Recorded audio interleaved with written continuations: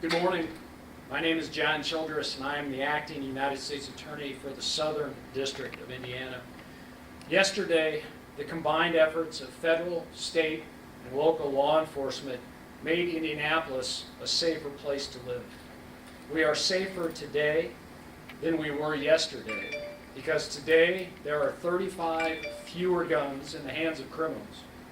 Today there is less fentanyl available to kill our citizens. Today there's less methamphetamine available to lengthen life-shattering addictions. Today there's less cocaine and marijuana to fuel an ongoing violent drug trade. And today people who would profit from the addictions of their fellow citizens and kill others to do so are in custody. Specifically, following the execution of 15 search warrants, 35 crime guns, 14 pounds of methamphetamine, 1.75 kilograms of fentanyl, 6 ounces of cocaine, 30 pounds of marijuana were seized as a result of Operation Curtain Call. As a result, 17 federal defendants were arrested and $70,000 in United States currency was seized. I am joined today by Special Agent in Charge Paul Keenan of the FBI, Assistant Special Agent in Charge Michael Gannon of the DEA, Deputy Chief Craig McCart of the Indianapolis Metropolitan Police Department, United States Postal Inspector Jonathan Rogowski, and Lieutenant John Watson of the Indiana State Police. Operation Curtain Call targeted an Indianapolis drug trafficking organization led by Jason Betts. In January and February of this year, the FBI developed confidential information regarding Betts that in turn led to court-authorized wire and electronic surveillance of Betts' cell phones. Information gathered during that surveillance was in turn used to conduct additional court-authorized surveillance of cell phones used by Betts' co-conspirators. It quickly became clear that Betts received 100-pound quantities of methamphetamine and large quantities of fentanyl from sources outside Indianapolis, and in turn distributed those drugs to the Indianapolis area. Betts was aided by among others, his principal lieutenants, Montez and Richard Wells. Our office's indictment charges 19 individual defendants with drug conspiracy and related charges. A partial list of those participating in the conspiracy and their roles in it include Alicia Boss, who traveled out of state to obtain fentanyl and methamphetamine; Carl Wilson, who received pound quantities of methamphetamine from Betts for distribution; Donta Hampton, who chauffeured Betts to various locations to distribute drugs; and Colin Johnson, who received multi-ounce quantities of fentanyl from Betts for distribution. As currently charged, 17 of the defendants face imprisonment for a term of no less than 10 years and up to life if convicted.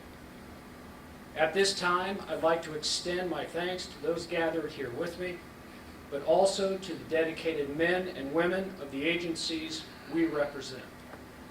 Although you cannot see them, it is their efforts and dedication which have generated this outstanding result, and it is to them that we all owe our thanks. Thank you for your attention. I'd like to call Special Agent Paul Keenan to the podium. Special Agent. Good morning. As U.S. Attorney Childress said, my name is Paul Keenan. I'm the Special Agent in charge for the FBI Indianapolis Field Office. Our hearts are still heavy with the loss of our task force officer in Terre Haute Police Department Detective Greg Ferenczi, and we laid to rest 2 days ago. I want to again extend the sympathy of the FBI family to his family, his friends, and his colleagues. But as Greg would have been the first to attest, the work must go on. This investigation, dubbed Operation Curtain Call, began approximately 10 months ago and focused on the violence and drug trafficking activities of a criminal street gang. The investigators used many sophisticated techniques, including court-authorized wiretaps, over the course of several months. The investigation and Wednesday's search and arrest operations were accomplished through the hard work of the FBI's Safe Streets Task Force, which is comprised of FBI personnel and task force officers from various agencies. The operation on Wednesday was done with the assistance of FBI Cincinnati, FBI Louisville, FBI Las Vegas, the Drug Enforcement Administration, Postal Inspection Service, Indiana State Police, IMPD, Marion County Sheriff's Office, and the Fishers Police Department. Obviously a team effort. The enforcement actions yesterday netted various evidence that U.S. Attorney Childress has already stated to you all. And we also were able to arrest 18 now of the 19 federal subjects. Several of the subjects that were arrested yesterday we believe are responsible for multiple homicides throughout the city. It was one step of many to make the city of Indianapolis a safer place for its citizens, and collectively we were able to effectively shut down a criminal organization responsible for much of the violence around our city. I thank our partners, the U.S. Attorney's Office, for their efforts. Thank you.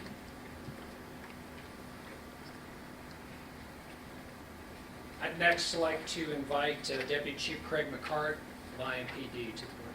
Deputy Chief. Good morning. I'm Craig McCart, IMPD Deputy Chief of Criminal Investigations. I'm going to keep my comments very brief, reiterating some of what's already been said, but I want to start out simply by thanking the men and women who worked on this investigation, have worked months on this investigation. Investigations like this can be overwhelming sometimes, and we have men and women from many agencies that have been without a day off, literally, for months, days without spending time with family, being able to get things done around the house. But I think that just shows exactly how dedicated they are to the safety and well-being of our community. So a big thanks to everybody who pitched in with the investigation. And obviously, an investigation of this magnitude can also be tough on the resources of an organization, and I think that we've all felt that up here. It takes a lot of resources to put one of these together. We've moved people from other places and gotten resources from units that maybe don't normally do this kind of work. But again, I think it speaks to the dedication of all these agencies that you see here before us in the work that we do. Secondly, I want to specifically thank the agencies that are here today, and everyone. There's also a few that aren't represented here today that had a big part in what we accomplished yesterday. And our partnership, I can't say enough about our partnership with our federal partners, the state police, and what they do for us. And I have been on the phone, had so many phone conversations with the folks that are standing here and other representatives from their organizations, and every time they go to the same place, and that is, let me know what you need, let me know what we can do for you, and we're there for you. And we have called in those favors, and they have come through every time. So I can't say enough about everybody that's up here today. I think there's often this perception about the relationship between federal law enforcement and local law enforcement, and I think through what you see on TV or the movies or whatever, people perceive that it's a contentious and adversarial relationship at best. And what I want our community to know that could not be further from the truth. Like U.S. Attorney Childress said this morning, Indianapolis is safer than it was just 48 hours ago, and it's because of the partnerships and the relationships, the collaboration, the cooperation that we have with one another that made that happen.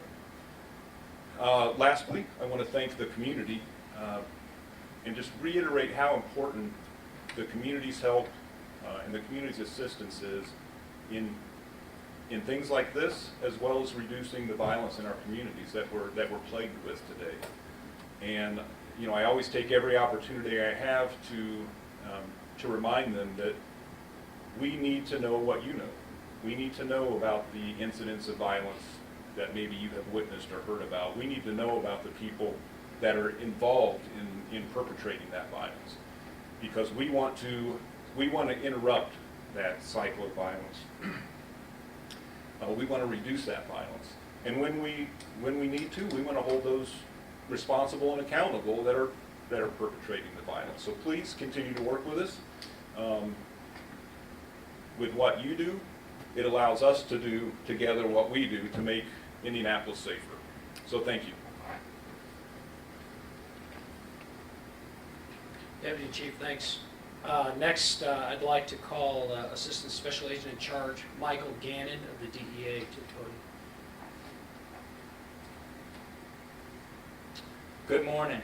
Thank you, U.S. Attorney Childers. I'd like to take a moment here just to acknowledge the outstanding work that was done in this investigation by the U.S. Attorney's Office, and specifically Assistant United States Attorney Brad Blackington. Thank you for the exceptional work. I'd also like to thank our federal partners, the FBI, who led this investigation, and our state and local partners who greatly assisted with this investigation. They did an outstanding job, so thank you, and thank you for the partnership. I'm not going to get into talking about the statistics that have already been mentioned, but I'd like to take a moment here just to talk about the fentanyl that was seized in this investigation. And what we're looking at right now is alarming numbers of overdoses throughout the whole country. And if you look at statistics that happened for 2020 from the CDC, 92,000 people a year are dying because of a drug overdose. If you look further into those statistics, almost 68,000 people a year are dying because of an opioid overdose. If you put in perspective the fentanyl that was seized in this investigation, 1.75 kilograms, when you look at what a kilogram of fentanyl is, that's enough fatal dosage units to kill 500,000 people, a kilogram of fentanyl that was seized and taken off the streets.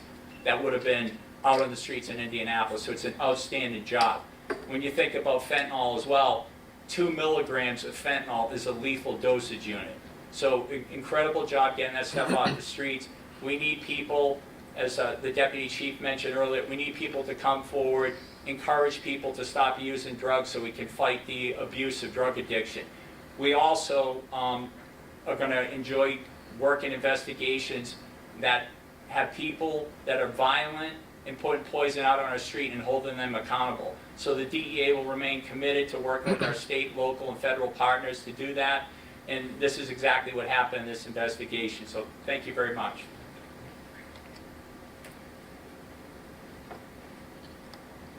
Okay, at this time, I'd like to make ourselves available to some questions. Well, you said that there are several homicides believed to be connected to these folks. Is any one of these defendants actually charged with homicide? And if not, what's the status of those investigations?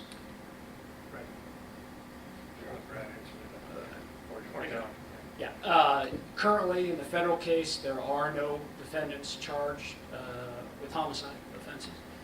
That doesn't obviously exclude the real possibility of follow-on investigation from the people that are charged, and also the people who may be collaterally involved in the charged criminal conduct. Can you tell us the number of homicides that are linked to this case? Do you have that information? No, I don't. Approximately. It's still a work in progress. We're working through interviews and things like that right now. But you know, we believe that there will be some charges that come out of that. Chief, just to clarify, I assume there's no state charges at this point either. Currently, that's correct, yes. 2017, you guys raided Richard Grundy. Any of these guys, suspects in this case, in any way connected to the former Grundy crew, Or do they just fill the void left by his absence? So I'm not going to comment at this time, for obvious reasons, about connections that may or may not come out at trial. I will say that it's not uncommon for drug trafficking organizations to have some overlap, and for a case not to completely encompass all the people that law enforcement may have information about. So it is literally an ongoing and successive effort. Chief McCart, if you could step to the mic for us.